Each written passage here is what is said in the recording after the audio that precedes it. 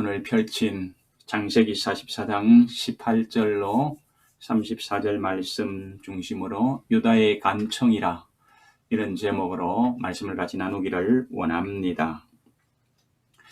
요셉은 형들에게 이제 마지막 시험을 합니다. 그 요셉의 시험은 참 치밀하게 이루어졌습니다. 그러나 형들은 이제 영문을 모릅니다.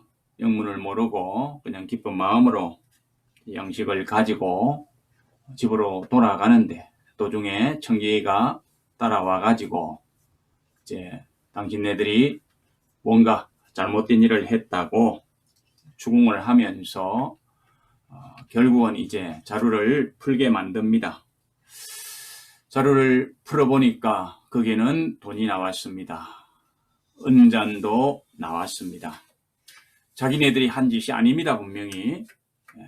그럼에도 불구하고 그 자루에는 돈이 있었고 은잔이 있었습니다. 그렇기 때문에 세상 표현으로 한다면 참으로 환장할 노릇입니다. 그러나 어쩝니까? 자기네들이 아무리 그런 짓을 하지 않았다고 이야기를 할지라도 통할 수 없는 그런 상황이 되어버렸습니다. 변명의 여지가 없게 되어버렸습니다. 그런데 청지기는 그 자루에서 나온 돈에 대해서는 문제를 삼지 않습니다. 그리고 오직 한 가지, 베냐민의 자루에서 나온 은잔에 대해서만 문제를 삼습니다. 그래서 형들은 그냥 편안히 집으로 돌아가도 좋다고 합니다. 베냐민만 종이 되면 된다고 합니다. 그리고 요셉도 동일하게 그런 이야기를 합니다. 너희들은 다 집으로 돌아가도 좋다. 은잔이 자루에서 발견된 그 사람만 종이 되면 된다. 요셉도 동일한 그런 이야기를 합니다. 물론 이것은 철저히 계획된 각본대로 이야기를 하는 것이죠.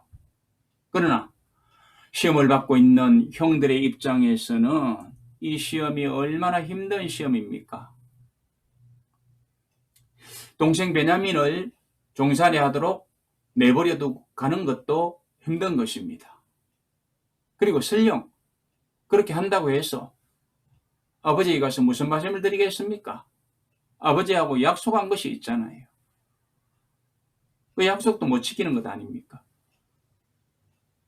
또 그렇게 하지 않자니, 같이 종살이를 하자니 지금 두고 온 처자식이 있습니다. 이제는 영영 그들을 볼 수가 없습니다. 참으로 딱한 노릇입니다. 그러나 어떻게 합니까? 이제는 분명히 베냐민과 함께 종살이를 하든지 않으면 그냥 베냐민을 버려두고, 그죠? 자기네들끼리 가든지 선택을 해야 됩니다.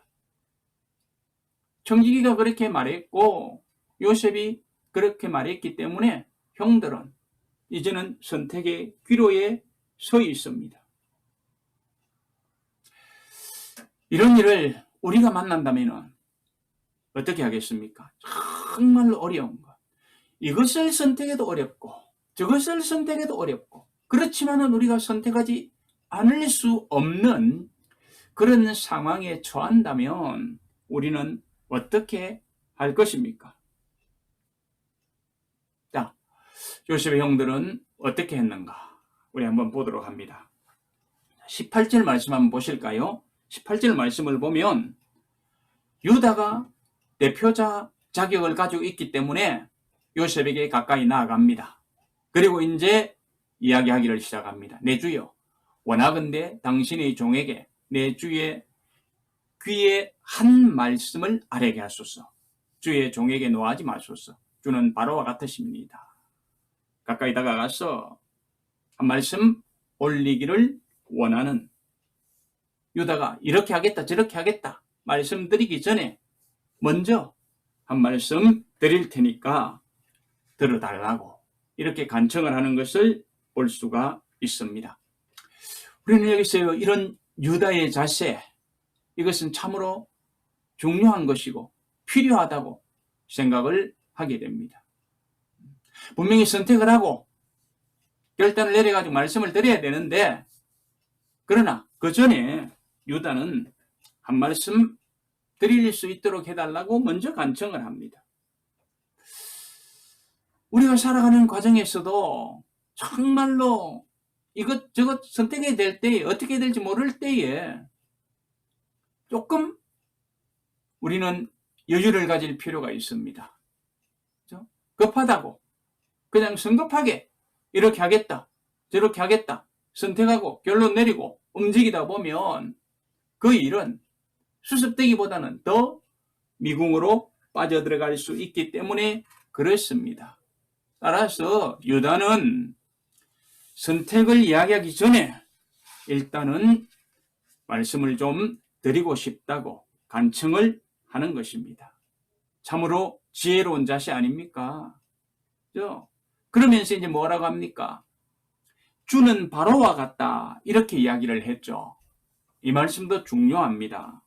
간청을 하려고 하는데 바로 요셉의 권위를 인정해 주는 것입니다.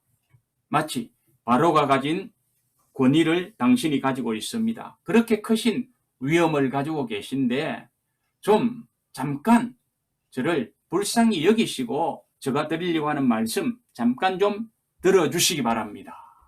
이렇게 간청을 하는 것입니다. 여기에서 우리는 무엇을 봅니까? 유다의 겸손한 자세, 유다의 겸손한 말, 그것을 우리는 봅니다.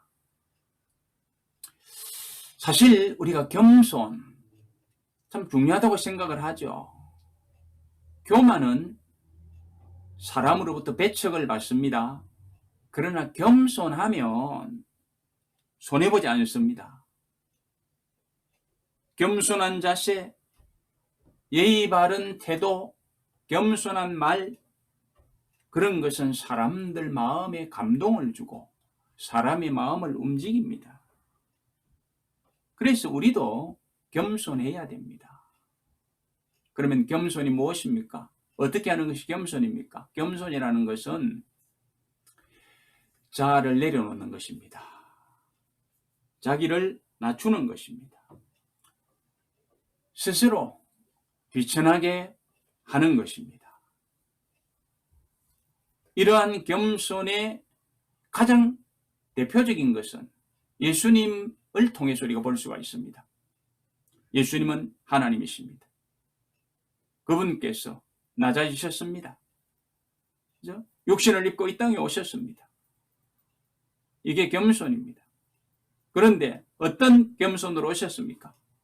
왕궁에 오시지 아니하시고 마구간으로 오셨습니다. 이게 겸손이라고요. 따라서 우리도 이런 겸손한 자세를 가질 필요가 있습니다. 이런 겸손한 자세, 이런 겸손의 태도, 이런 겸손의 말, 이것은 결코 손해보는 것이 아니기 때문에 그렇습니다.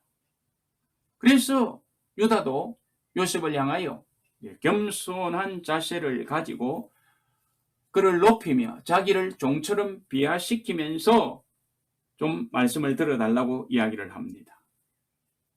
그랬을 때 요셉이 그래, 그러면은 무슨 말을 할 것인지 한번 말씀해 보십시오, 이렇게 했을 것입니다. 물론 오늘 우리가 펼친 성경에는 그런 내용이 나와 있지 않습니다. 그러나 만약에 이 유다가 뭔가를 좀 간청을 하려고 하는데 요셉이 이야기하지 말라고 해버렸더라면 어떻게 되겠습니까? 더 이상 이야기할 수 없는 것 아닙니까? 그런데 우리 성경을 보면은 유다가 계속 이야기를 한단 말이죠. 이것은 이미 요셉이 유다가 간청하고 싶어하는 것을 허락해 주었다는 것. 우리 이것은 짐작하기가 어렵지 않습니다. 따라서 이제 유다는 계속해서 이제 이야기를 할 수 있는 것이죠. 무슨 이야기를 했겠습니까? 유다가 한 이야기는 특별한 이야기가 아닙니다. 아주 간단하고, 그렇죠? 그러면서도 그냥 요셉의 마음을 움직일 수 있는 그런 이야기였습니다. 따라서 우리 그 말씀을 그냥 쭉 한번 이렇게 보도록 합니다. 19절 한번 보실까요? 19절 보면은 이 유다가 요셉에게 뭐라고 말합니까? 이전에 내 주께서 종들에게 물으시되 너희는 아버지가 있느냐 아우가 있느냐 하시기에, 전에 자기네들이 고기 사러 왔을 때에 그냥 요셉이 자기네들에게 물었던 그 이야기에 대해서 언급을 하는 것입니다. 자, 그 다음에 20절로 넘어가 보실까요? 넘어가 보시면 이제 질문을 받았으니까 대답을 해 주었을 것 아닙니까? 그래서 대답해 준 것에 대해서 또 이야기를 하는 것입니다. 우리가 내 주께 아뢰되 우리에게 아버지가 있으니 노인이요 또 그가 노년에 얻은 아들 청년이 있으니 그의 형은 죽고 그의 어머니가 남긴 것은 그뿐이므로 그의 아버지가 그를 사랑하나이다. 말씀을 드렸다는 것입니다. 자, 그러니까 또 요셉이 반응을 했다는 거죠. 뭐라고 반응했다고 합니까? 21절 보십니다. 거기에 보면은 주께서 또 종들에게 이르시되 그를 내게로 데리고 내려와서 내가 그를 보게 하라. 이렇게 또 요구를 했다는 것입니다. 자, 그러니까 또 형들이 요셉에게 뭔가 대답을 했을 것 아닙니까? 그게 22절 말씀입니다. 22절 한번 넘어가 보실까요? 뭐라고 말씀드렸다고 합니까? 우리가 내 주께 말씀드리기를 그 아이는 그의 아버지를 떠나지 못할지니 떠나면 그의 아버지가 죽겠나이다. 무슨 말입니까? 당신이 우리에게 그 베냐민 동생 아우를 데리고 오라고 하지만 사실은 아우를 데려오기가 쉽지 않습니다.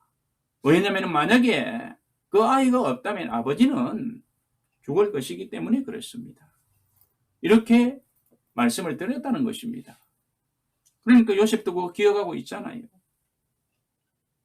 자, 그러자 이제 23절에서는 뭐라고 요셉이 또 반응을 했다고 합니까? 보면은 주께서 또 주의 종들에게 말씀하시되 너희 막내 아우가 너희와 함께 내려오지 아니하면 너희가 다시 내 얼굴을 보지 못하리라. 이렇게 말씀을 하셨다는 것입니다. 예. 그러니까 이제 24절 말씀 보면은 어떻게 합니까? 곡식을 가지고 아버지 계시는 곳으로 돌아가서 아버지에게 실제 이제 요셉이 한 이야기를 들려드렸다는 거죠. 그래서 우리가 주의 종 우리 아버지에게로 도로 올라가서 내 주의 말씀을 그에게 아뢰었나이다. 아무런 덧비치는 것이 없잖아요. 그냥 전에 대화됐던 것, 그것만 이야기를 하는 것입니다. 너무 단순하죠. 유다는 어필을 하려고 하면서 어떤 궤변을 늘어놓으려고 하지 않습니다. 그리고 무슨 말을 하면서 상대를 설득시키려고 기교를 부리고 있지도 않습니다.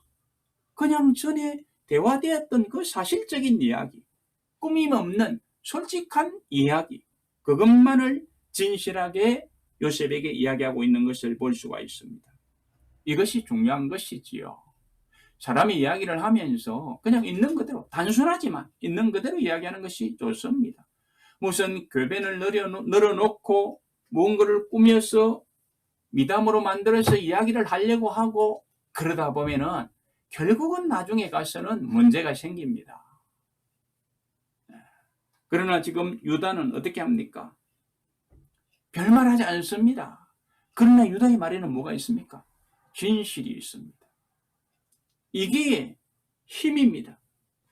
이게 사람의 마음을 움직이는 그러한 힘이 되는 것입니다. 그래서 유다는 단순하지만은 요셉에게 이 말씀을 드림으로 인하여 요셉의 마음을 움직이기 시작하는 것입니다. 자, 유다의 말은 계속됩니다. 따라서 25절 말씀 한번 보시기 바랍니다. 25절 말씀 보면은 그 후에 우리 아버지가 다시 가서 곡물을 조금 사오라고 하셨다.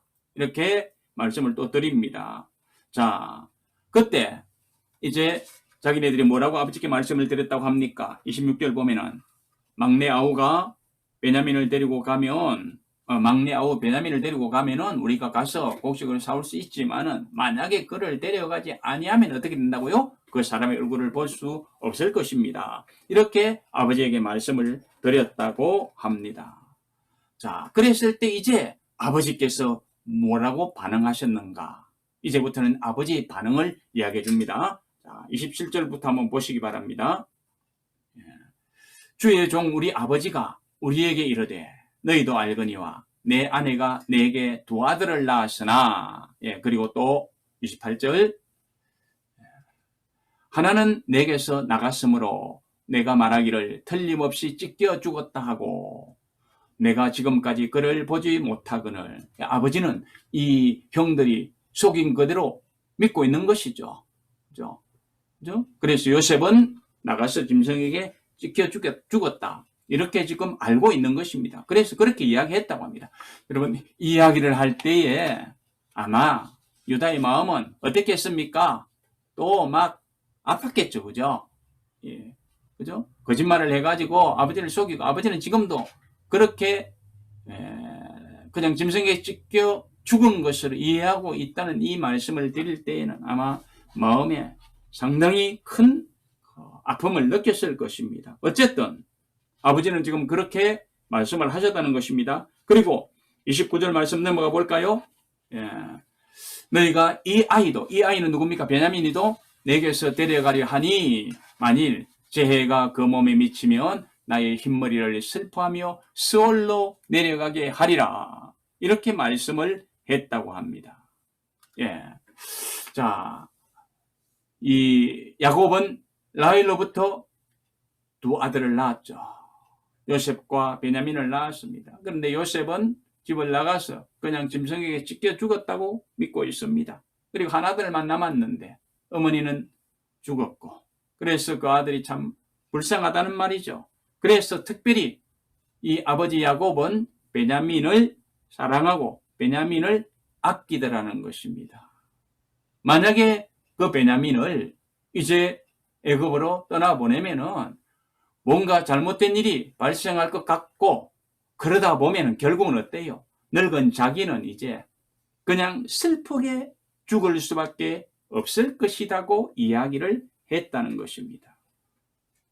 자, 이렇게 이제 아버지의 말씀을 전해드리면서 이제부터는 유다 자신이 하고 싶은 말을 하기 시작하는 것을 볼 수가 있습니다. 따라서 30절 말씀 보시기 바랍니다. 30절 말씀을 보면은 아버지의 생명과 아이의 생명이 서로 하나로 묶여 있거늘 이제 내가 주의 종 우리 아버지에게 돌아갈 때에 아이가 우리와 함께 가지 아니하면 어떻게 될 것이라 합니까? 31절 말씀, 아버지가 아이의 없음을 보고 죽으리니 이같이 되면 종들이 주의 종 우리 아버지가 흰머리로 슬퍼하며 서울로 내려가게 함이니이다. 이렇게 말씀을 합니다. 예, 이 아버지와 아들의 생명이 하나로 묶여 있을 정도로 아버지는 베냐민을 아끼고 사랑한다라는 거죠. 그런데 만약에 베냐민을 데리고 와서 만약에 재해가 생기면은 아버지는 속절없이 그냥 끙끙 앓다가 돌아가실 수밖에 없을 것입니다. 그렇기 때문에 차마, 그죠? 차마 지금 이렇게 이제 베냐민을 데리고 왔지만은 베냐민을 떼놓고 갈 수는 없습니다. 이 말씀을 지금 드리고 있는 것입니다. 그죠? 아버지의 그 참 딱한 처지, 그죠? 아내를 잃고 그 아내로부터 태어난 두 아들이 있었는데 큰아들마저도 잃어버렸고, 그래서 이제 정말 막내 아들 키우면서 그래도 위로를 받고 살고 있는데 그 아들을 잃으면은 아버지는 속절없이 정말로 낙심하면서 돌아가실 수밖에 없을 것입니다. 이렇게 말씀을 드리는 것입니다. 우리는 여기서 무엇을 봅니까? 아버지를 사랑하는 특별한 유다의 마음을 봅니다. 열란 중에 계시는 아버지, 그죠? 그 아버지에게 달이 없기를 바라는 유다의 효성을 봅니다. 그러면서 이제 유다가 뭐라고 덧붙이는가를 보십시다. 32절 말씀 보면은 주의 종이 내 아버지에게 아들을 담보하기를 내 아버지께로 데리고 돌아오지 아니하면 영영이 아버지께 죄짐을 지리이다 하였사오니, 약속한 거죠. 아버지께 약속된 거죠. 아버지가 안 된다고 할 적에 아버지 그러면은 저의 생명을 담보하겠습니다. 그래서 만약에 제가 베냐민을 데리고 오지 못한다면은 저희 생명을 담보하고 제가 영영 아버지 앞에서 죄인이 되겠습니다. 이렇게 약속했던 것을 지금 요셉 앞에 고백하고 있는 것을 볼 수가 있습니다. 요셉의 신변에, 베냐민의 신변에 어떤 일이 일어나고 불상사가 생기며 그것은 자기가 책임을 지겠다고 아버지하고 단단히 약속을 했던 것을 말씀을 드리는 것입니다. 우리는 여기에서 유다는 지금 자기 자신의 처지를 생각하는 것이 아니라 아버지를 우선적으로 생각하고 있다는 것을 보게 됩니다. 자기가 살궁리를 하면서 말씀을 드리는 것이 아니라 아버지가 마음의 상처를 받지 않아야 된다. 아버지가 어떤 달을 만나지 않아야 된다. 이것을 생각하고 있는 것을 봅니다. 우리에게 참 큰 교훈을 주고 있습니다. 우리도 이런 자세가 필요합니다. 우리가 무엇을 이야기하기 전에, 무엇을 선택하기 전에 내 자신을 생각하는 것도 중요하지만은 부모님을 생각하고 이웃을 생각하고 우리가 교회 공동체로 살고 있기 때문에 교우들을 생각하는 것, 이것이 참으로 중요하다는 것입니다. 여기에서 우리는 사랑을 이야기할 수 있습니다. 여기에서 우리는 봉사를 이야기할 수 있습니다. 여기에서 우리는 희생을 이야기할 수가 있습니다. 공동체에서 이런 것이 없다면 이 공동체는 바로 서갈 수 없습니다. 가정이 그렇고 교회가 그렇고 사회가 그렇습니다. 거기는 분명히 사랑이 있어야 되고 봉사가 있어야 되고 희생이 있어야 됩니다. 그래야 아름다운 공동체로 서갈 수가 있습니다. 그러므로 우리의 가정, 우리의 교회, 우리의 사회가 바로 이렇게 서야 합니다. 누가 그렇게 하겠습니까? 남이 하겠습니까? 남에게 그렇게 강요하겠습니까? 그러면은 안 되는 거죠. 내가 앞서야 됩니다. 누구 탓할 것이 아니라 내가 그거 감당해야 됩니다. 그러기 위해서는 내 마음이 바뀌어야 됩니다. 우리가 유다를 통해서 배워야 됩니다. 유다는 많이 바뀌었어요. 전에는 이런 사람이 아니었습니다. 전에는 많은 문제를 일으킨 사람입니다. 요셉을 팔아먹자고 한 사람입니다. 그리고 유다는 어떤 면에서 보면 입에 담기도 어려운 그런 일도 했습니다. 그죠? 그런 불륜을 저질렀습니다. 그런데도 이제는 유다가 많이 변했습니다. 그래서 지금 유다는 자기가 어떻게 될 것인가 이것 생각하지 않습니다. 아버지가 평안해야 된다. 아버지 마음을 아프게 해드리지 말아야 된다. 아버지를 슬프게 해드리지 말아야 된다. 아버지가 충격적인 소식을 듣고 혹시 너무 충격을 받아서 돌아가시면 어떻게 할까? 이것 걱정하고 있는 것입니다. 그렇게 요셉에게 말씀을 드리면서 이제 자기 자신의 결단이 무엇인가? 자기 자신의 선택이 무엇인가? 이것을 드디어 말씀을 드리는데, 자, 33절 말씀 보시기 바랍니다. 거기에 보면은 뭐라고 말합니까? 이제 주의 종으로 그 아이를 대신하여 머물러 있어 내 주의 종이 되게 하고 그 아이는 그의 형제들과 함께 올려보내소서. 이게 유다의 선택입니다. 자기가 동생 베냐민 대신 종이 되겠다고 합니다. 그러면서 베냐민은 아버지에게로 갈 수 있도록 해달라고 합니다. 형들하고 같이 아버지에게 무사히 돌아가도록 해달라고 부탁을 하는 것을 볼 수가 있습니다. 그러면서 이제 마지막 오늘 본문 말씀 34절 말씀에서는 뭐라고 말합니까? 그 아이가 나와 함께 가지 아니하면 내가 어찌 내 아버지께로 올라갈 수 있으리까? 두렵건대 제 해가 내 아버지에게 미칠 보리이다. 결국 이 말씀에는 무엇입니까? 자기도 베냐민과 함께 아버지가 계시는 고향으로 돌아가고 싶다는 소망을 내비치는 것입니다. 그러나 분명한 것은 책임은 지겠다는 것입니다. 돌려보내주면 좋지만 안 돌려보내준다고 해도 자기는 베냐민의 목숨을 대신하겠다는 것입니다. 우리는 여기에서 두 가지 사실을 기억해야 할 것입니다. 하나는 유다의 아버지에 대한 효성, 그것을 우리는 잘 보아야 됩니다. 그리고 또 하나는 베냐민에 대한 뜨거운 형제애에서 우러나오는 이 바로 희생정신, 그것을 우리는 또 잘 보아야 될 것입니다. 사실 성경은요, 부모에 대해서 효성을 가지라고 합니다. 하나님을 섬긴다고 하면서 부모를 소홀히 대하지 말라고 합니다. 자, 마가복음 7장 11절 말씀 한번 보실까요? 뭐라고 말씀합니까? 너희는 이르되 사람이 아버지에게나 어머니에게나 말하기를 내가 드려 유익하게 할 것이 고르반 곧 하나님께 드림이 되었다고 하기만 하면 그만이라 하고, 예수님께서 이 말씀하십니다. 무슨 말입니까? 아버지가 계시고 어머니가 계시지만은 우선 내가 하나님을 위하여 섬긴다. 그러니까 아버지 어머니에게는 못해도 된다. 이런 말을 하고 사는 사람들이 있단 말입니다. 그러지 말라라는 거죠.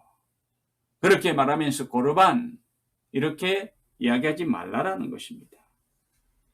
하나님을 섬긴다고 하면 부모님도 더 잘 섬겨야 된다는 것입니다.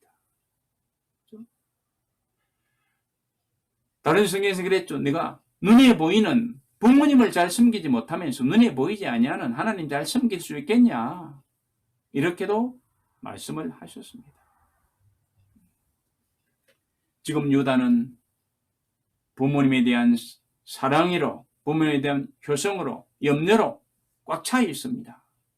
자기의 신변이 어떻게 됐든지 간에 아버지가 탈이 없기를 바라는 것입니다. 굉장한 효성을 보여주고 있습니다. 그리고 형제 우애에 대해서도 그는 결단을 했습니다. 자기의 목숨으로 베냐민의 목숨을 대신 바꾸겠다고 고백을 하는 것을 볼 수가 있습니다. 우리는 여기에서 바로 예수님의 대속의 정신을 보게 됩니다. 그죠? 요셉은 베냐민에게 모든 책임을 물으려고 했습니다. 그러나 유다는 자기가 대신 그 책임을 지겠다고, 베냐민은 자유로운 몸으로 아버지에게 돌아갈 수 있도록 해달라고 하는 것입니다. 그러니 제발 자기를 종으로 삼아달라고 이렇게 부탁을 하는 것입니다. 예수 그리스도께서 내가 죄인 될 테니 저 사람들의 죄를 다 용서해 주십시오, 이것 아닙니까? 예수님의 대속 정신, 바로 이 유다가 예표적으로 보여주고 있는 것을 볼 수가 있습니다. 요셉이 이렇게 시험하는 이유가 어디에 있습니까? 이런 거 보기 위해서 아닙니까? 저들이 얼마나 바뀌었을까? 얼마나 변화되었을까? 얼마나 형제들을 서로 사랑하고 있을까?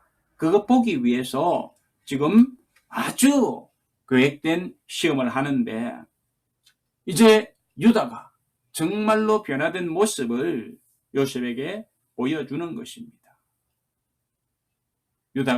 요셉이 큰 감동을 받았겠죠. 그렇습니다. 이 이야기를 듣는 우리도 큰 도전이 되고 감동이 되지 않습니까? 사실요, 사람은 어떤 존재입니까? 원래 사람은 죄악 중에 태어난 죄인들입니다. 그러므로 죄인들은 변화되지 않으면, 바꿔주지 않으면 소망이 없습니다. 죄인이 바꾸지 않으면 결국은 달려가는 곳이 어디입니까? 멸망입니다. 그러므로 죄인은 반드시 변화되어야 됩니다. 바뀌어야 됩니다. 그래야 구원의 길로 달려갈 수가 있습니다. 그런데 사람이 변화되기가 쉽지 않다는 것입니다. 쉽게 변화된다면 이거 뭐 문제될 수가 있습니까? 그런데 쉽게 사람은 변화되지 않습니다. 왜 그럴까요? 그 사람의 심령에는요, 자아라는 것이 아주 완고한 자아가 깊숙이 정확히 자리를 차지하고 있기 때문에 그렇습니다. 그래서 이 자아가 아주 고집스럽게 모든 것을 다 움켜쥐려고 하고 있기 때문에 사람이 변한다는 것, 정말로 어려운 것입니다. 그런데 불가능하지는 않습니다. 왜요? 성령께서 죄인의 마음에 노크를 합니다. 성령께서 죄인을 깨닫게 해줍니다. 성령께서 회개할 수 있도록 심령에 작용을 합니다. 물론 그 성령은 인격이기 때문에 자아를 그냥 공격해서 밀쳐버리고 역사하지는 않습니다. 그러나 자아가 비켜서도록 성령께서 자꾸 문을 두드리고 죄를 깨닫게 하고 자각하게 하고 그렇게 빛을 비추어 주시고 역사하십니다. 그래서 이 강한 자아를 자꾸 비켜나도록 내려앉도록 기다려 주십니다. 그러므로 사람은 이런 성령의 조명 아래에서 자아를 내려놓으며 비켜 세우며 그때 어떻게 합니까? 마음을 주장하시고 변화를 일으키기 시작하는 것입니다. 그것이 인간의 변화입니다. 자아가 물러나 있는 것, 자아가 비켜서 있는 것. 그런데 지금 유다에게서 이런 변화가 있는 것입니다. 유다는 많이 변했습니다. 이런 것을 보면서 오늘 우리를 돌아봐야 됩니다. 유다가 그렇게 변했으니 우리도 변할 수 있다. 그런 생각을 우리는 가지면서 희망을 걸어야 됩니다. 나는 안 변해. 나는 왜 안 변할까? 안 변해. 그런 말 하시지 마시기 바랍니다. 우리 남편은 안 변해. 우리 아내는 안 변해. 우리 애들은 안 변해. 이런 말씀도 하시지 마시기 바랍니다. 변할 수 있다. 성령께서 주장해 주시고 지배해 주시면 변할 수 있다. 그리스도 안에서는 변할 수 있다. 이렇게 고백할 수 있기를 바랍니다. 우리가 잘 아는 성경 말씀 있죠? 고린도전서 5장 17 말씀에 보면은 뭐라고 말합니까? 그런즉 누구든지 그리스도 안에 있으면 새로운 피조물이라. 이전 것은 지나갔으니 보라 새 것이 되었도다. 분명히 성경은 가르칩니다. 그리스도 안에서는 이전 것은 지나가고 바뀔 수 있다고, 변화할 수 있다고, 새 것이 될 수 있다고 말씀해 주십니다. 얼마나 멋진 말씀입니까? 그러므로 우리는 이 성경 말씀을 붙들고 나도 변할 수 있다. 소망을 가지고 하나님을 의지하면서 살아갈 수 있어야 될 것입니다. 결론입니다. 유다의 간청은 참으로 아름다웠습니다. 그의 간청은 진솔함이 묻어났습니다. 효성이 묻어났습니다. 사랑이 묻어났습니다. 희생이 묻어났습니다. 자기 생명을 걸고 희생하겠다는 것입니다. 우리는 여기에서 예수님의 대속의 원리를 보게 됩니다. 유다는 이렇게 변해 있었습니다. 하나님께서 이렇게 변한 유다 기뻐하시겠죠. 이렇게 말하는 유다의 이야기를 듣는 요셉의 마음 움직이겠죠. 그래서 그 다음에는 놀라운 기적의 역사가 일어나는 것을 우리는 다음 장에서 볼 수가 있을 것입니다. 자, 그리고 덧붙인다면 자기 생명을 담보로 해서 이제 베냐민에게 자유를 달라고 노임을 달라고 요청하는 이 유다 어떤 복을 누렸습니까? 저는 두 가지 말씀을 드리고 싶습니다. 먼저는 예수 그리스도의 조상으로 우뚝 섭니다. 야곱의 아들 12 중인데 그 중에서 누가 예수님의 조상이 될 것인지 베일에 가려져 있었습니다. 그런데 유다가 요셉 앞에서 자기가 베냐민의 생명을 대신하겠다고 이야기하는 순간 이제는 확정이 됩니다. 그래서 예수 그리스도 구주는 유다의 후손으로 오는 것입니다.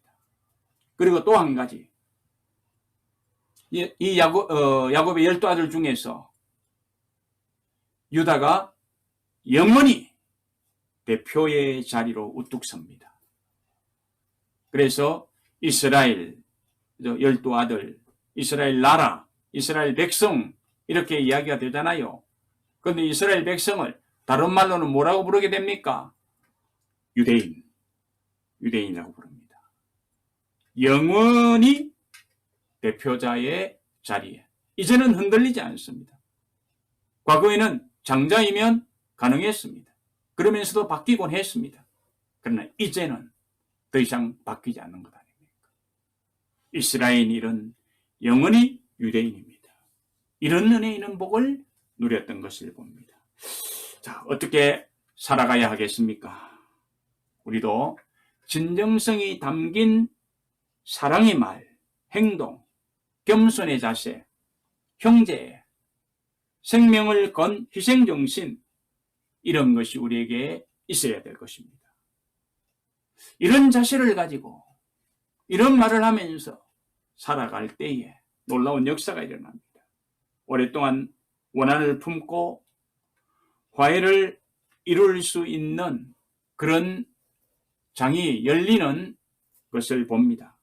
그리고 다쳤던 마음을 열고 을사안을 수 있게 됩니다. 그러므로 우리도 유다가 보여주는 그런 자세, 그런 행동, 그런 결단 우리가 할 수 있어야 될 것입니다.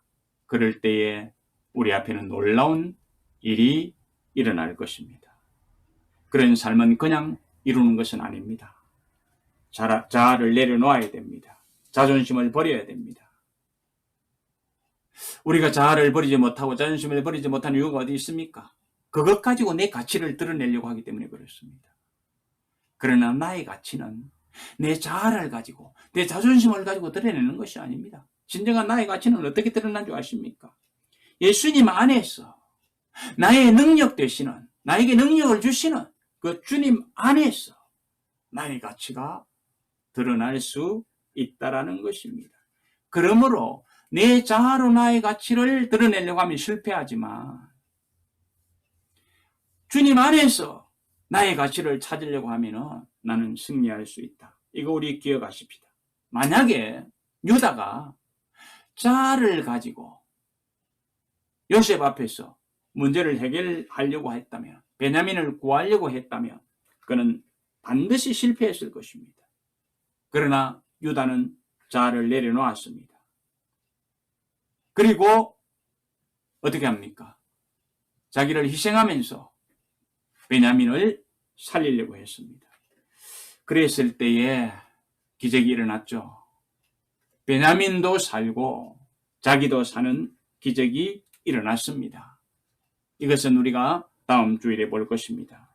그러므로 이 한 주간도 우리는 내 자아를 가지고 섣부르게 행동하는 것이 아니라 내 자아는 비켜세우고 내 속에 들어오셔서 나의 삶의 가치를 드러내 주시려고 하시는 성령에 의지하고 살아가실 수 있기 바랍니다. 그러면 우리 앞에는 놀라운 하나님의 기적의 역사가 이렇게 나타날 것입니다.